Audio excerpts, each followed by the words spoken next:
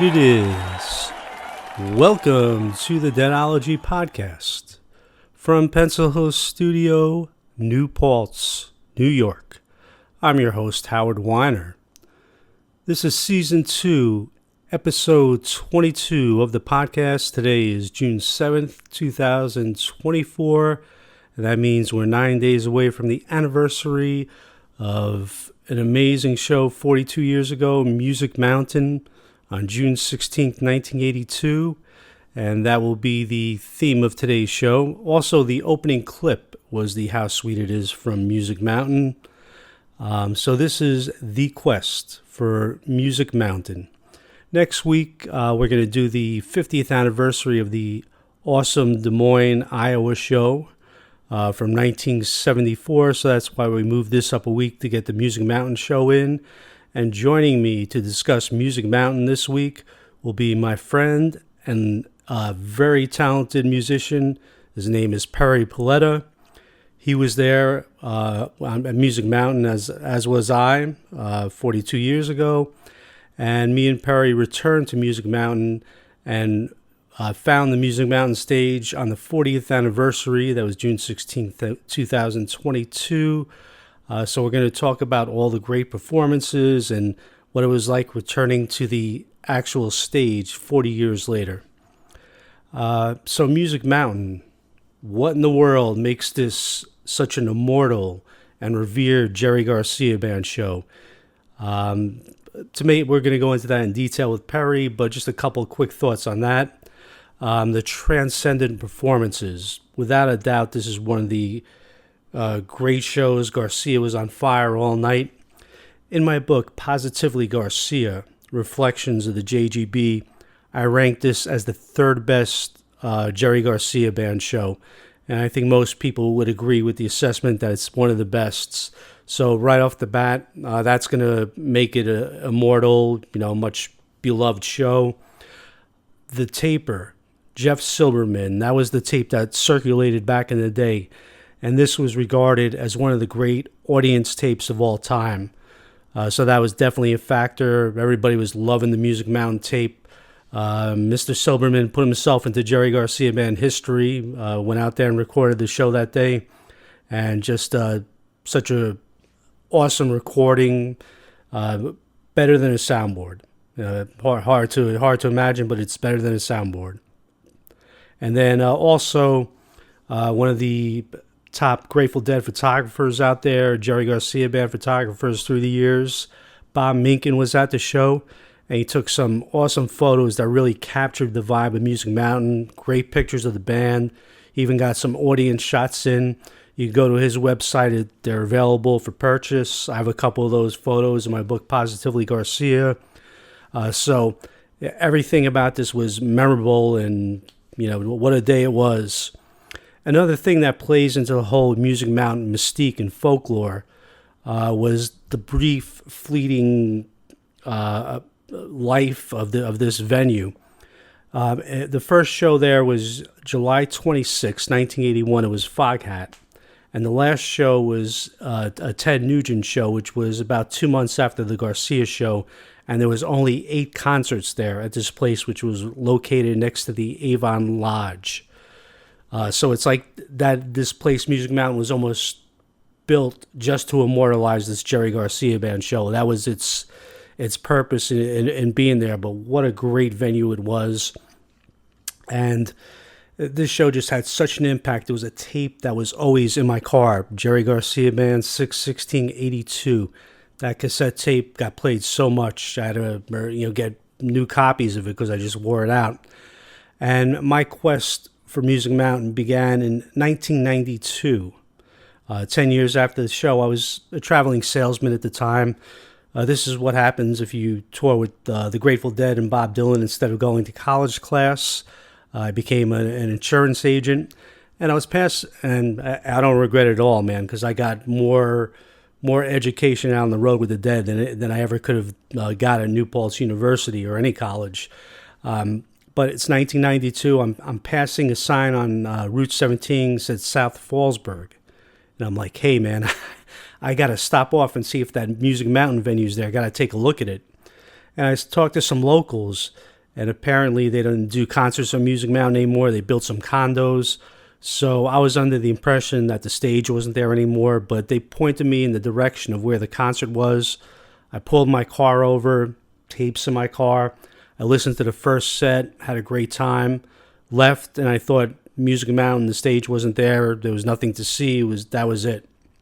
Fast forward 20 years later, I'm kind of messing around on the internet, and there's some kind of evidence that there might be a stage still there.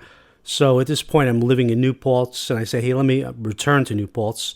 So I said, let me, on my brother's house, he lives in Bethel, let me stop off South Fallsburg, see if I could find the stage. I had a general location. It was located next to where the Avon Lodge was, so I shouldn't have had trouble finding it, but I did. I went out there, couldn't find it again. I didn't have any exact location. So just went out there, and that was that. Then my friend Perry calls me a few months before the 40th anniversary. He's like, "Hey, we got to go out to the Music Mountain stage. It's still out there." He saw some YouTube videos of it, and this time he got exact GPS coordinates so we'd be able to find the stage. So hey, man, I was totally in, man. I was like, he made the mistake of calling me because now there was no way he was backing out of going there. And the other crazy thing about this was when he called me, he didn't know about it, but I had decided to write a book called The Grateful Pilgrimage, where I was going to go back to all the venues on the 1983 Grateful Dead tour on their anniversary dates, which I did, and I wrote the book, and I included this Music Mountain pilgrimage in the book as chapter 2. But it was perfect. This is exactly what I was doing in the book I was about to write, going back to the venues on the anniversary dates and reflecting on the music and what it was like to be in these venues. So it was like a magical, mystical thing, man, that just Perry just came up with this idea. And we went up there on June 16th, 1982. So we'll get into all that, but mostly it's the music, what Jerry Garcia and that particular band did on that night. Just amazing. So let me quickly give you a brief musical introduction to Perry Paletta, what he's done in his life as a musician. I knew him from Clarkstown South. I met him in geometry class in 10th grade. We knew each other, acquaintances back then. Our first year in Rockland Community College, I saw Perry again, and I discovered that he was telling me, it's like, I play guitar, and I'm in a band called the Roadrunners. Come out and check us out.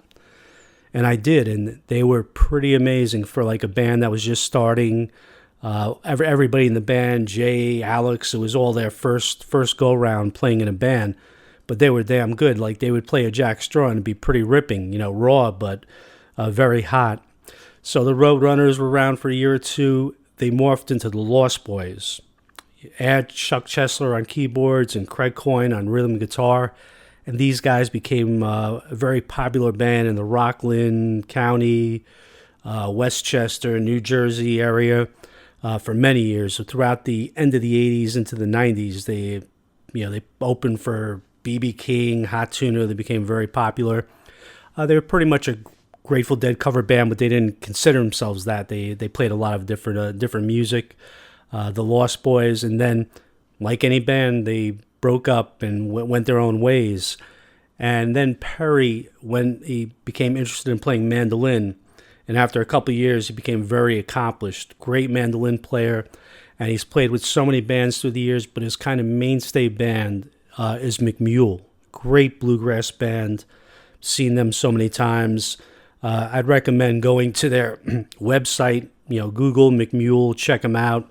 You could probably download some music there or find out where you could get their music. They play a lot still in the Rockland County area once again. Definitely a band worth seeing. And Perry, these days, he's still playing guitar along with mandolin, various different configurations. Let's bring him in right now because we got a lot of Music Mountain to discuss here. My friend and accomplished musician, Mr. Perry Paletta. All right, joining us this week on the Deadology Podcast, making his debut, is Mr. Perry Paletta. I've already introduced him to you. And today we're going to, hey, Perry, how you doing? Howie, I'm doing good. All How are right. you? Excellent, man. Great to hear your voice. You're enjoying a nice sunny day out in your backyard. And we're going to reminisce about the June 16th, 1982 Music Mountain show. And we're also going to talk about our pilgrimage back to the Music Mountain stage 40 years later. On the day, Yep, to the day. yep, it was the actual 40th anniversary. We were up there. So what made you come up with that idea to go to Music Mountain on the 40th anniversary? To be honest, I have no idea. No, but actually, I think the show is one of my favorite shows. And I was doing a little sleuthing on the internet, and I heard that the place was still there. And I actually found the GPS coordinates. So I said, "Hey, why not? Let's take a truck up there." Yeah. Post pandemic, right? Yep. And the cool thing was you found the right person. Once you asked me to go, it was done. There was no backing out for you. We were going, man. Right. Probably the only one that would agree to that request. Yeah. Hey, and just quickly before we get into the pilgrimage, then we'll get into the show. What is it that makes Music Mountain so immortal? Do you think so special to so many people? Well, to me, it's a couple things. Number one, Jerry's playing is some of my favorite Garcia playing that I have on tape anywhere. No doubt. Number two, having Bill Kreutzmann on drums, I think really elevated that band that day. Yep. And also the recording itself is such a great audience recording that it captures the whole feel and sound of the show perfectly. Yeah, I think you hit on some key points, which you hit right on with that. I think the great recording that we listened to all these years was Jeff Silberman, and I don't know what it was about that day, whether it was the humid air or the perfect audio setup on stage, but it's such a great sounding tape. It's ridiculous, and so many things make this show like legendary. The weather was incredibly hot. People were jumping in ponds. Then you had the big thunderstorm when Bobby and the Midnights took the stage, and tales of people digging their car out of mud to get out of there. And one other thing, I think you'll remember this. Everybody we knew who was into the Grateful Dead from Rockland County was there. It was, you see Bob Hester, Ted Hiller, Ricky Barish. I could go on naming it. Every single person we knew was there. So it was a very intimate local show. Yeah. To set the scene a little bit, there's a concrete stage pavilion facing a hill. There's a little swampy creek that runs sort of to the side front of the stage, and there's a little pond that everybody's jumping into the swamp all day long because it's so hot, as you mentioned. Yeah. Also, I will say, not only was everybody from Rockland, there was about 3,000 people there, I think, and I think just about every one of them was imbibing in certain substances. Yeah, including me. I didn't do it much back in the day, but I was on that certain substance myself. Yeah. So, and you could tell from the audience how the audience is riding on every note that Jerry's playing. I mean, they're just really along for the ride. I mean, everybody's pumped. Yeah, for sure. Yeah, definitely. I mean, you could hear that audience tape.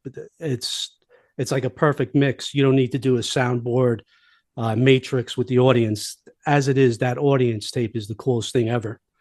And definitely, yeah. So so it's a huge show. We both feel the same way about it. Thousands of people. By the way, there were 10,000 people there that day.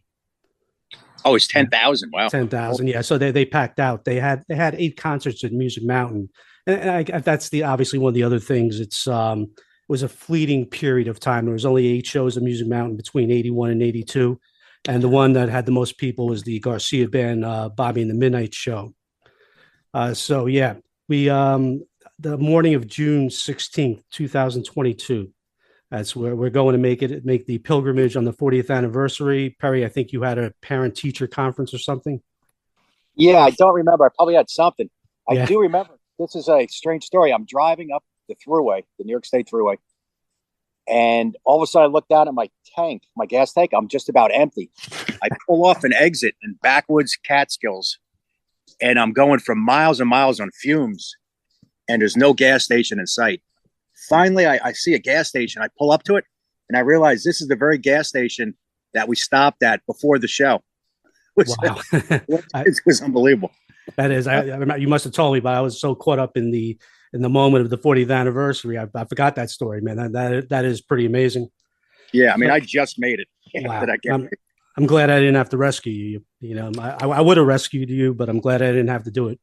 So, Yeah, so what happened on that day? I drove up by myself to check it out. You know, I wanted to see if the stage was actually there, if there was going to be any issues, if we had to climb a fence or had to go through some kind of jungle habitat. And I was going to have to call you back and say, "Hey, Perry, bring a jackhammer with you. We gotta we're gonna have trouble getting on the stage. We got to clear some weeds and stuff." So I checked it out. I couldn't believe it. I just walked right on the stage. And the back of the stage is facing the road. So somebody could actually pass this every day for 10 years and never realize it was a stage that they were passing. right. And they'll never realize what actually went down there Yeah. 40 years before that. Yeah, it was such an incredible show. So I get on the stage and I'm looking around and I'm blown away by the whole thing. But the weirdest thing about this, Perry, maybe you want to let them know what was on the stage. Well, there was it looked like someone had inhabited it. It was like a little camping setup almost. A couple folding chairs, maybe like a camp stove, if I remember correctly. Some odd graffiti on the walls. Yeah. It was a pretty big stage, actually. So you can see why it was a good setup for certain bands. I mean, there was a lot of room on that stage. Yeah. And I will say, even though there was 10,000 people at that show, it was very comfortable. I mean, you could get fairly close to the stage. Oh, yeah. 50, 60 yards easily. That's one of the things that definitely made it so memorable. It was laid out beautifully. And to second your thought on the stage, that stage has been sitting there for 40 years and it could have been used the next night. That's how intact it was. It was, it didn't decay at all.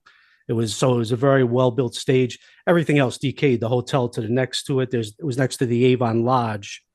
That's right. The total state of decay. But the stage was in perfect shape. There was a basketball court on there, tenting, hiking equipment, toolkits, refrigerator, heater, shower. So somebody, I believe, a Korean gentleman owns that stage. We didn't know this at the time, but he stores a lot of stuff there, and it's just out there. Anybody, kind of weird that it was pretty expensive stuff. It was like walking into a episode of Storage Wars or something. So there was valuable stuff on the stage, and the guy just kind of left it out there. But somebody definitely owns that and kind of sets up camp there. And luckily, he wasn't there that day, so we may have been trespassing, but we didn't know about it. Yeah. Now, to mention in the Avon Lodge, I think it was the start of the debut venue of some famous American comedian. Maybe it was Milton Berle, or I'm not sure. And yeah, the lodge was pretty much still standing, but definitely not usable. Yep, hanging on by a thread. Yeah. So we had brought some of our own camping chairs, a powered speaker, and a cooler of cold beer, and we played the show. Yeah. And walked around the venue. Yeah, it was incredible on the 40th anniversary to listen to the show in the spot. So, like when we're listening to Catfish John, I'm picturing where Garcia. I'm not picturing. I'm standing where Garcia was standing, and I'm playing air guitar to the Catfish John on the 40th anniversary, right in the spot where Jerry was standing. So that was extremely cool. I'm so glad we did that. We got all the pictures and video, and on my Deadology Podcast Facebook group, I'll post some of those pictures. It's surreal, but what a great experience it was. And we'll get back to more about that. Anything else you remember about that? The concession stand where all that stuff was, and right, you could still spot. You could even see the concrete base where the soundboard was. It's still there. It was pretty magical, actually, being back in the venue 40 years later, because that tape means so much to both of us. I mean, it's one of our favorite tapes, I think, collectively between the two of us, and a lot of other people too. Apparently, love that show. Yeah, that's why it's part of folklore. It's kind of this show is to the Garcia band what Cornell is to the Grateful Dead, the 5877 show, except nobody calls this one overrated. That's the only difference. Yeah, this one is universally loved. And we were out on that field with all our buddies, and we went back 40 years later. And one of the cool things, we started playing. You brought this great Bose speaker up. We played it at a reasonable volume. We wanted to make sure we weren't disturbing the neighborhood because there were condos maybe a quarter mile away or something like that. And then as the they moved along, we gradually turned it louder and louder, and pretty soon it was like Music Mountain again. Man, we recreated it. It was like so loud. Yeah, it was great. Yeah. It was an interesting lineup that night too. They had this guy Jimmy Warren on keyboards, who I was doing a little research. There's not a lot of information about him. You remember? And I think he only played one solo the whole show. Maybe in That's What Love Will Make You Do. Yeah, you can also hear him in How Sweet It Is. Okay, right. Electric piano, and so it was him and Melvin. His sound was like they did. That's one of the cool things about this Music Mountain show. They kind of turned Jimmy Warren up so you could hear him a couple times. Yeah, and I got to say that starting off with the first song, that How Sweet It Is. I mean, Jerry's just like so on fire and focused. He's just like everything is just perfect that he did that day. I mean, I can't find a fault with any of it. Especially the first 5 songs. Like no show comes out of the box like this where every single version is a contender for best ever, or at least either best ever or contender for best ever. That's how good this was. So Jerry was obviously pumped. I think I'm gonna read the Rock Scully. Even Rock Scully wrote about this show and Jerry's state of mind. I'm gonna read that after we get finished here. But yeah, no, Jerry was to be in the Catskills. I think Bill Graham's, used to wait tables there or something. And I'll get that story exact after we finish talking. But as a matter of fact, Bill Graham in his biography mentions that day too. I think he took Jerry after the show, after Jerry said, around to some of the old haunts that Bill Graham used to work at, if I remember correctly. Yeah. And Jerry was just intrigued, and Sullivan County, everything was dying in Sullivan County. All the hotels were going out of business. So it's a total surreal situation being there at the time. And then again, being there 40 years later. And it's also close to Woodstock. So there was just like this crazy mystical vibe in the air. To get back to what you said about how sweet it is to start it off, Jerry's voice is never better than this. One of the things that really stands about this Music Mountain tape is how great his voice is. In 1982 might be the last truly great year where he didn't have any hindrance to his voice. What do you think of his singing on that night? Yeah, I think his singing is great. I was going to mention that myself. It's really, really intact. I mean, he belts out at the second set, the Night They Drove Old Dixie Down. I mean, he's belting that out. It's really quite great.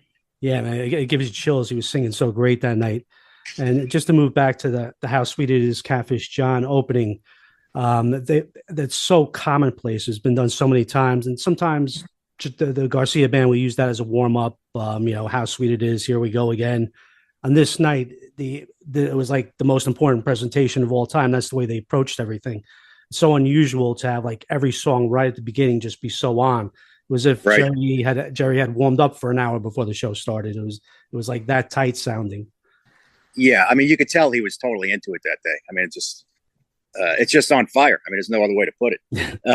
The How Sweet It Is solo, it's like he has like a trajectory to every chorus he takes. It just gets more and more involved and everything a little extra effort on every song, and it was perfect. Nothing overplayed. And another way of putting on fire would be in fuego. We could use different languages. And then they bust into the amazing Catfish John after that. And to me, this is the best Catfish John ever. Just incredible. And a quick thing about that, if anybody wants to contact me about future shows or anything, my email is catfishgarcia82@yahoo.com. And this Catfish John is obviously where my email came from. And also, I had a nickname, Cat, for a while with some Deadheads on the Morning Dew board. So this Catfish is just part of my life, the Catfish John. The jam is so incredible. Let's take a quick second and hear some of that Catfish John. Enjoy.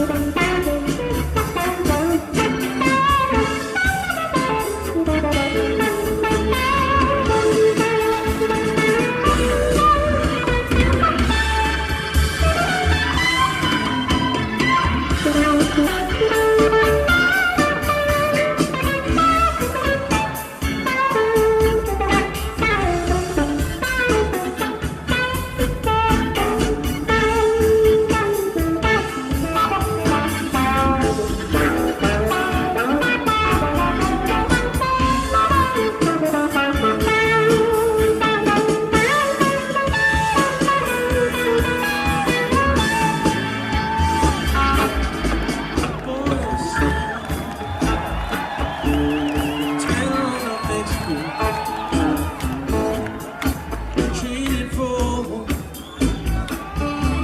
a chestnut man. Love never spoken anger. Oh, it's low, it's hard to bear. Mama said, don't go near that river. Don't be hanging around for Catfish John. Come the morning, I'd always be there, walking in his footsteps in the sweet Delta dawn. Walking in his footsteps in the sweet Delta dawn.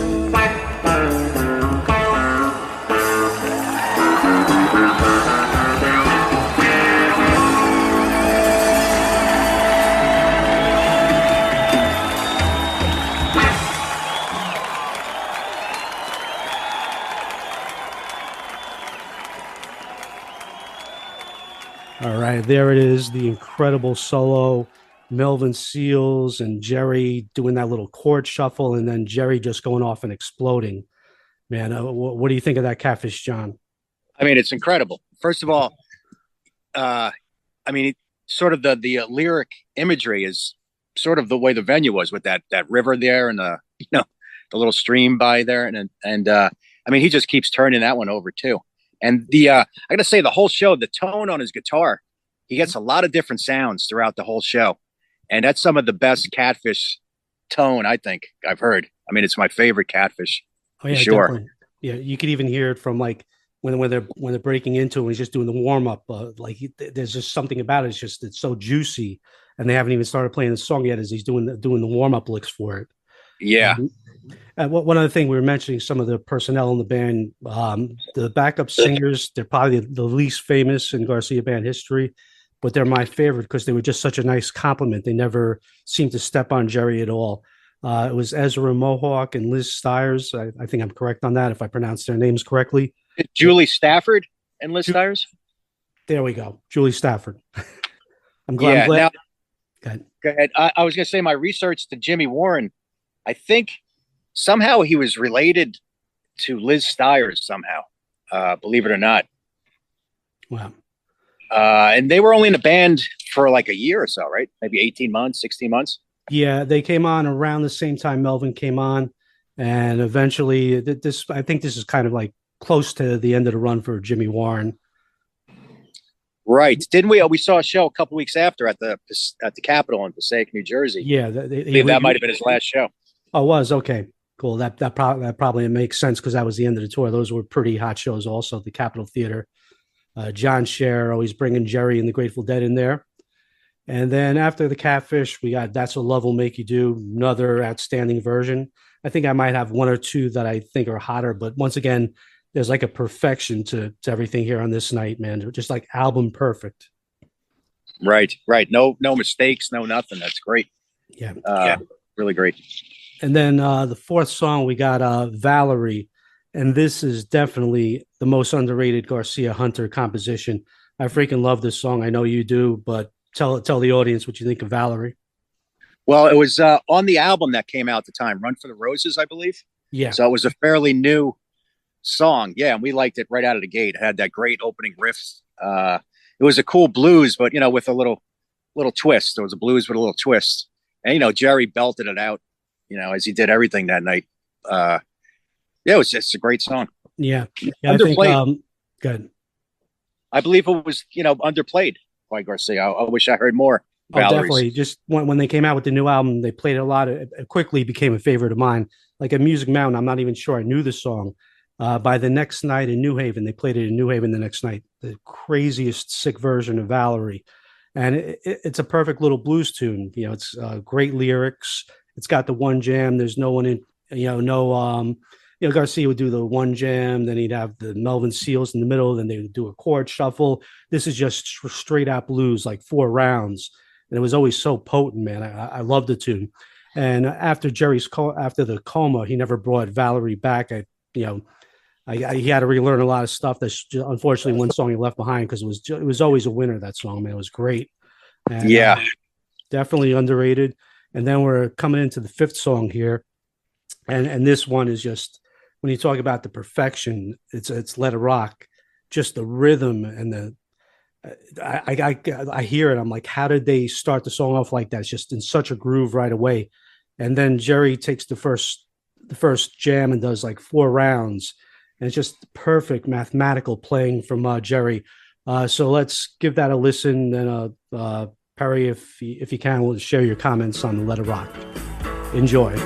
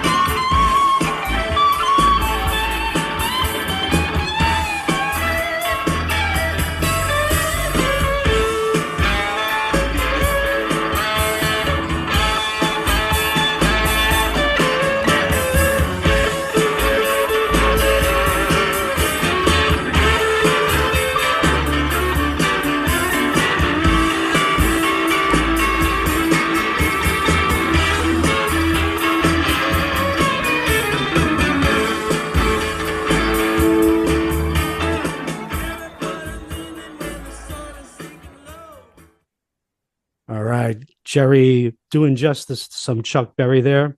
Per, your thoughts? Well, it's a great version, obviously. There is one version that I might like even a little better, even though I love this version. That's one from Nassau Coliseum. I don't know the date, but I believe Weir and Wasserman opened up and it was released on some type of official CD. Yep. Jerry went off on that one. Yeah. But I mean, this one's, a perfect song at the perfect time. Hey, I mean, it's an energetic first set. It just keeps rolling on. So awesome. Yeah. So the one you mentioned, I don't remember the exact date. I think I know it's 1989. It might be September 1989. Just an incredible. That was definitely one of the best songs that Garcia Band played in '89. That Let It Rock, especially from the Nassau Coliseum, and there's a couple of good ones from 1980 also. This one's not as long, but there's like a perfection to the sound. Once again, you got everything's hitting the right. The little nuances. That's what this show has all the way through.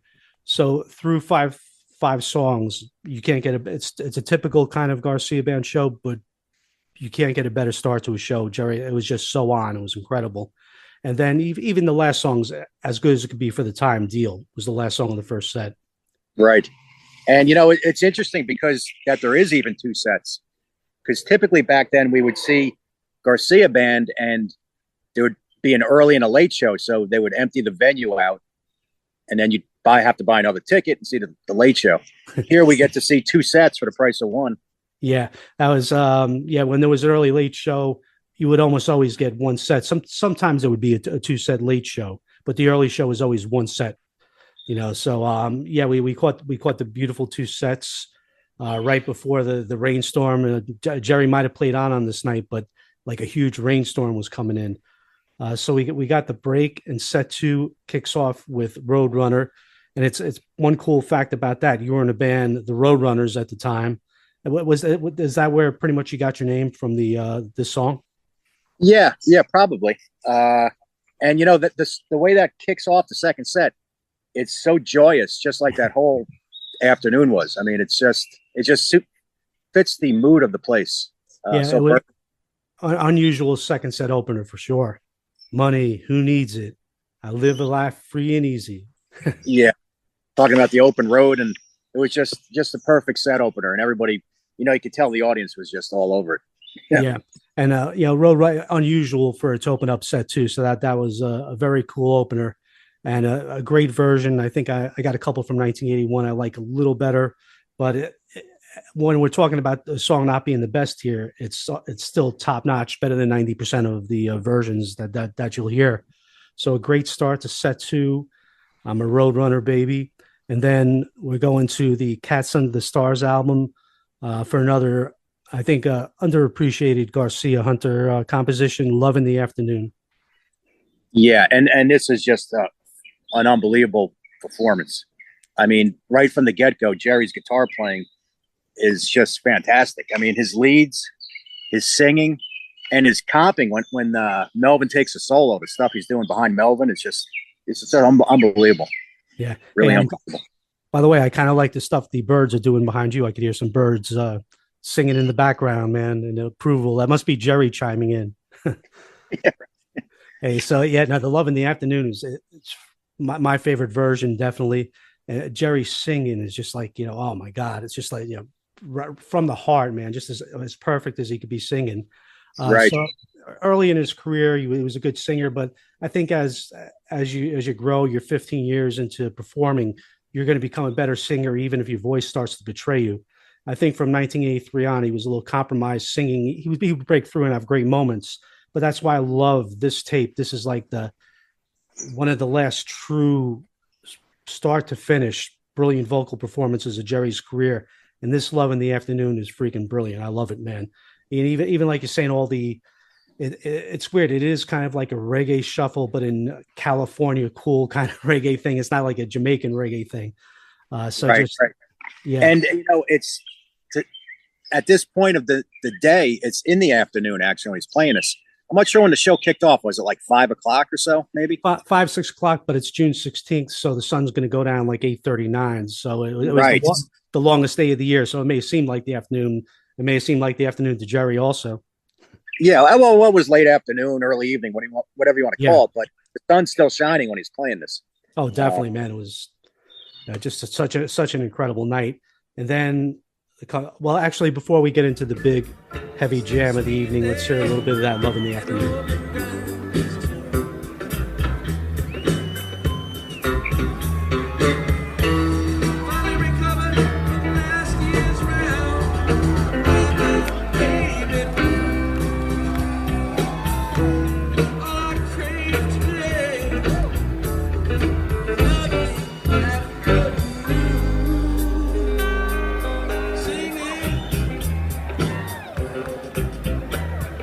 Sleep it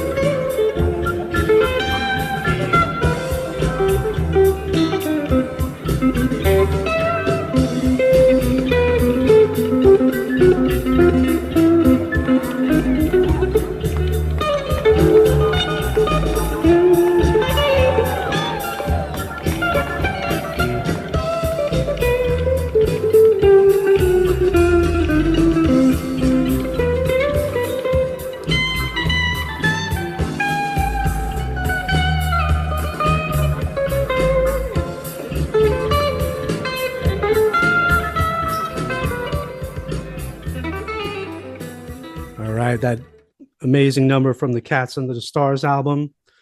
Second song in Music Mountain, Love in the Afternoon. And now we're going into one of the big hitter of set two. Set two, I don't think was as aggressive as set one, but it's still on the same level of like musical brilliance. And the third song is Don't Let Go. And what an awesome kind of jazzy version. Your thoughts on that, pair? Well, yeah, I mean, that's what comes to mind for me too, jazzy, because he approaches it like that. He gives the Kreutzmann a drum solo, and John Kahn plays bass, which, you know, if you ever seen a jazz band, they always give like a little section of every song pretty much. They let the bass player and drummer do a little thing. And that's what Jerry's doing here, doing Don't Let Go. And he does some nice George Benson-like scat singing too, playing lead along with his voice, which is really cool. Yeah, we think alike, because that's what I was about to mention, man. When he Hold Me Tight and Don't Let Go, he's playing it with his guitar. He's singing it, and it's perfect scat, scat playing, scat singing. And on the Kreutzmann solo, it's Kreutzmann really such a great drummer and such an understanding of where he is in the music. It's not like a typical rock and roll bash drum solo. It's like he's doing a drum solo that's specifically for Don't Let Go. Right. It's like a jazz drummer. It's really it's great. And then Kahn comes back and Jerry comes in. They finish it up. I think there's a few hotter, longer versions that Don't Let Go, but this one is, the whole show is just so unique. Once again, if they never got a great soundboard to officially release this, they should release the audience recording, because it's perfect. You want to hear that little cheering, and it sounds so good, man. It would be give Mr. Silverman a couple bucks and put that thing out, man. That needs to be out there. It's it would do incredible. That brings up a good point. If Mr. Silverman is around and he has that original tape, because by the time we heard it, I'm sure it's got taped over a bunch of times. His original tape, the quality must be even better. So I'd love to hear that. Yeah, exactly. And so that's Don't Let Go. We got two more songs, and this the song after Don't Let Go, the best singing of the night, I think. It's so heartfelt, and Jerry just has the audience in the palm of his hands. The Night They Drove Old Dixie Down. Yeah, incredible. I mean, he's really belting it out, giving it everything. It's like sounds great. Yeah, he has a way of stopping time in its tracks. It was just so heartfelt. And the other cool thing I liked that Jerry did with Night They Drove Old Dixie Down, like the band when the band version, which is obviously great, Levon Helm doing it. I will work the land, and like my father before me, I took a rebel stand. Instead of work the land, Jerry's I'm a peaceful man, and the crowd would just go nuts. And that little switch made such a difference. And it's just like the idea of a reluctant person going to war, whether you're on the South or the North, you're going to defend your land, and you're going to have to fight, and just the sadness of war. So, I mean, it's a brilliant song. I know it's caught some flack because people kind of identify it as being possibly a pro-rebel song, which it definitely isn't, man. It's been misinterpreted and misunderstood. But I think the Garcia band version goes further in when I'm a peaceful man, of just the sadness and the tragedy of war, regardless of who's fighting who. And I would add that, given Jerry's accident when he was a young boy, certain poignancy when he sings "I Don't Mind Chopping Wood," if you know about how he lost his finger. I thought it was "I Don't Mind Chopin Wood," like the composer Chopin. I don't mind chopping wood. Yeah, that's a great version. I mean, and the sun is starting to set at this point, I believe, in the night. Right, it's starting to it's not dark yet, but it's starting to set, and not a hint of rain yet to foreshadow what's going to come shortly after this. Well, I think you could feel it. I think Jerry could feel it too, because that's why he kind of split early. But I'm having the best time listening to you in your backyard, because as we talk about Jerry's beautiful singing, there's fucking birds in your backyard that are chiming in with this beautiful tune, man. You got to listen back to this tape. It's fantastic, man. So they're pretty that's Jerry, man. Jerry's got his angels out there at work, man. So we got the Dixie Down, and the last song is the title of their new album. A truly great song, but when you're seeing all these great Garcia band songs, it's pretty much the same every time. Run for the Roses tend to show. Yeah. Now I'm curious, and it's probably easily determinable whether the album came out before the show or not. Because if it did, we would have definitely known about these songs, Valerie and Roadrunner. So I remember when the album was released. Yeah, but Roadrunner is an underrated song. I like it. I think it's a great song. Oh, Road, it's great. I think Roadrunner. I'm sorry, Run for the Roses. Yeah, Run for the Roses. Roadrunner was released on the Garcia Compliments. Obviously, it's not a Jerry original. Many years ago, actually, it wasn't released. He recorded it. There's a cool version of that. He recorded it and never put it on Compliments. But yeah, Run for the Roses. I think it may have just come out. That's something we could easily check. It was either but I definitely didn't. I think I knew the song Run for Roses. I didn't know Valerie. But yeah, very, very cool version. But I think the one thing that this show is missing, and it would have put it over the top as the best Garcia band show, would be like a Dear Prudence at this point. So Run for the Roses by itself is not a great closer. Like if it would have been Dixie, Dear Prudence, Run for the Roses, unquestionably this would have been the greatest show ever. I think it's just missing, that second set's missing one more big time song just to put it over the top. Right. But to your point, I think they knew what was the weather that was about to take place. So yep. He probably was hurrying up to get out of there. Yeah, that's probably it, man, because that day it was 90 plus, incredibly humid, and you could feel the storm coming.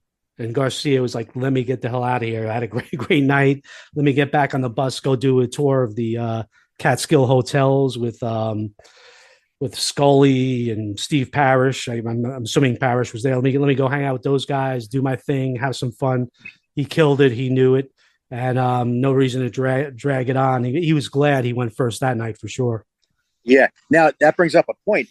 Like, this is way pre-internet, obviously. And we all assumed, me and my friends assumed that Bob Weir would open. Yeah. So we came out and Jerry opened. We scrambled to get ourselves right, if you know what I mean, ingested stuff. And we were shocked that Garcia would open. But, obviously they were just ping-ponging the tour.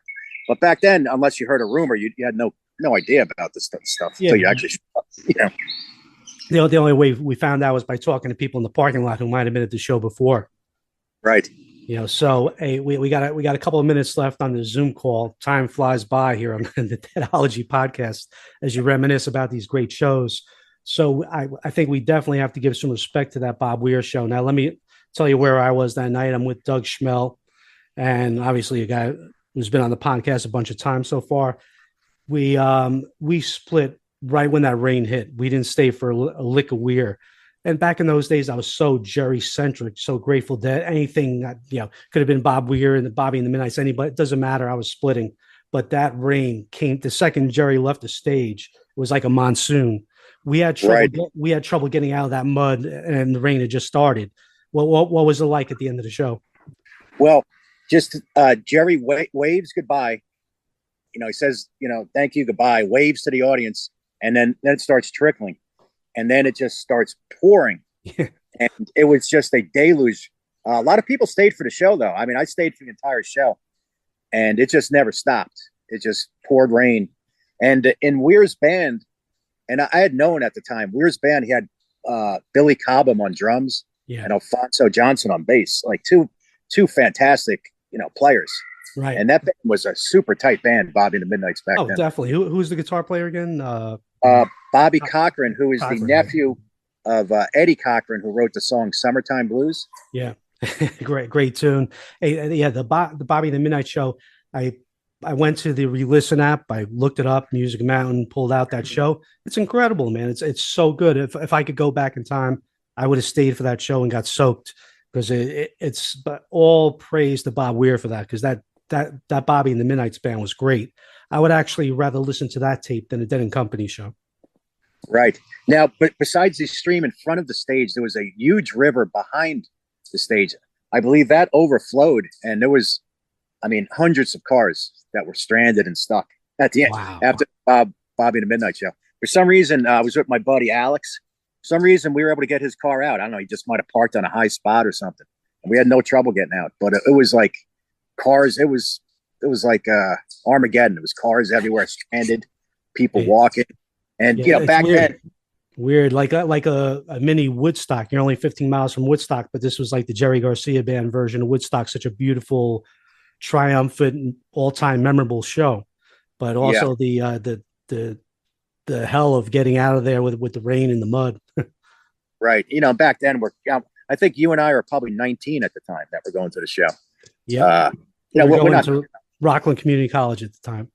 Yeah, we're not thinking about bringing jackets and stuff like that. So you're just standing out in your T-shirt in the pouring rain, and it's the sun goes down the Catskills. It gets cold pretty quick, so everybody's freezing and wet.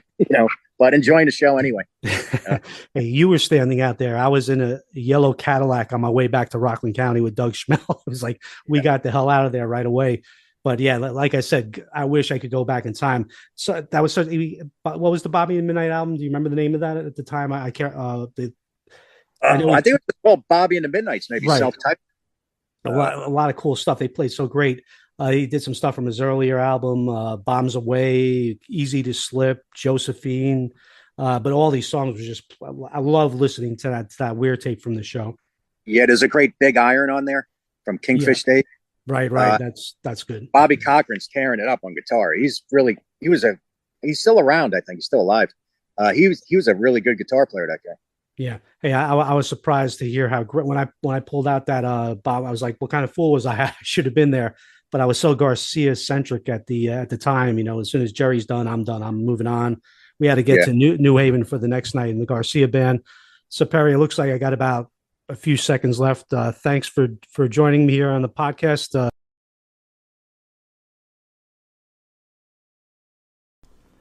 So that's the end of my Zoom call with Perry. In addition to thanking him, I want to thank Jerry for chiming in. Incredible to hear those Perry's in his backyard. Those birds were singing right when we were talking about how great our vocalist Jerry was. And I think Mr. Garcia was communicating with us from the way beyond. Just incredible timing with the birds chiming in as we're complimenting Jerry's beautiful voice on that day and so many other days. But Music Mountain, what a great performance. And everything about it is magical, mystical. Just the fact that we went back 40 years later, the stage was hidden, but it was completely intact in a land where everything around it is decaying. The Avon Lodge right next door in a state of decomposition. Most of the hotels have been knocked down or hanging on by a thread, just abandoned hotels and everything all over the place. And in this land of great entertainment at one time and abandonment, that Music Mountain stage is still standing there strong and powerful. And it would be beautiful. Someone got a hold of that, bought that, and turned it into a Jerry Garcia Band Museum or some kind of Grateful Dead museum. Did something with it, but it's pretty cool that it's still there. And I'm glad I made that pilgrimage back with Perry on the 40th anniversary. So hope you all enjoyed today's podcast. Thanks for listening. I'm your host, Howard Weiner.